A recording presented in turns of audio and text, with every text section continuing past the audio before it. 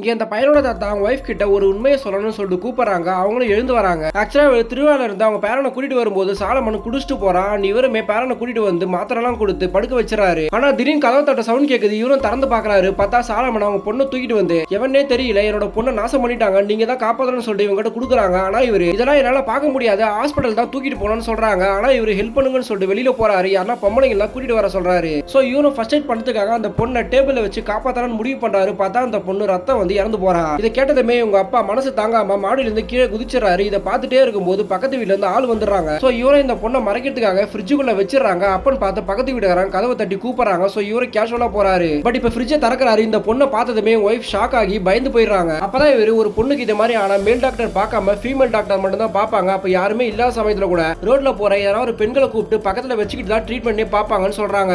ஆனா நான் இந்த பொண்ணுக்கு ஃபர்ஸ்ட் எய்ட் தானே பண்ண போறேன், அப்பதான் கூட இருக்கான்னு சாட்சி சொல்லணும்னு சொல்லிட்டு தான் ட்ரீட்மெண்ட் பார்க்க ஆரம்பிச்சா. ஆனா அதுக்குள்ளேயே அவன் இறந்துட்டாங்கன்னு சொல்றாங்க.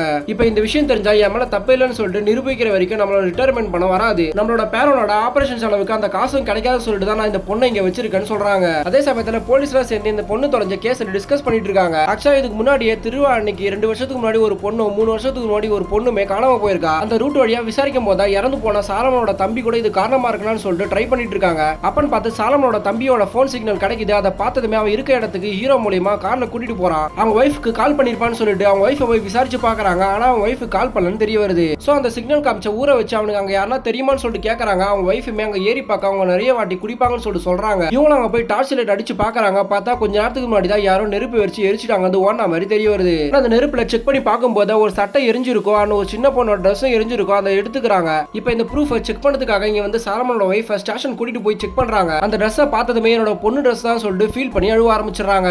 என்னோட பொண்ணு எங்க இருக்கா கண்டுபிடிச்சிட்டாங்கன்னு சொல்லிட்டு கேக்குறாங்க. அதை தான் தேடிட்டு இருக்குன்னு சொல்லிட்டு இவங்க வீட்டுக்கு அனுப்பி வச்சிடறாங்க. அண்ட் இந்த பையனோட தாத்தா அவங்க வைஃப் கிட்ட ரிட்டையர்மெண்ட் காசு வர வரைக்கும் யாருக்கிட்டையும் உண்மையை சொல்லலாம்னு சொல்லிட்டு இருக்காரு. அப்பன்னு பார்த்து நாய் பக்கத்துல இருக்க தோப்பை பார்த்து குலைக்குது. இவரும் டார்ச் லைட் அடிச்சு பாக்குறாரு. பார்த்தா ஒருத்தன் இவங்களே பார்த்துட்டு இருக்கான். சோ இவரும் போய் செக் பண்ணி பாக்குறாரு. ஆனா அவன் காணாம போயிருக்கான். பார்த்தா கொஞ்ச நேரத்துல சாலமனோட தம்பி தான் தோப்பை விட்டு வெளியே வர. அப்ப போலீஸ்ல ரவுண்ட் அப் பண்ணி அவனை பிடிச்சிடறாங்க.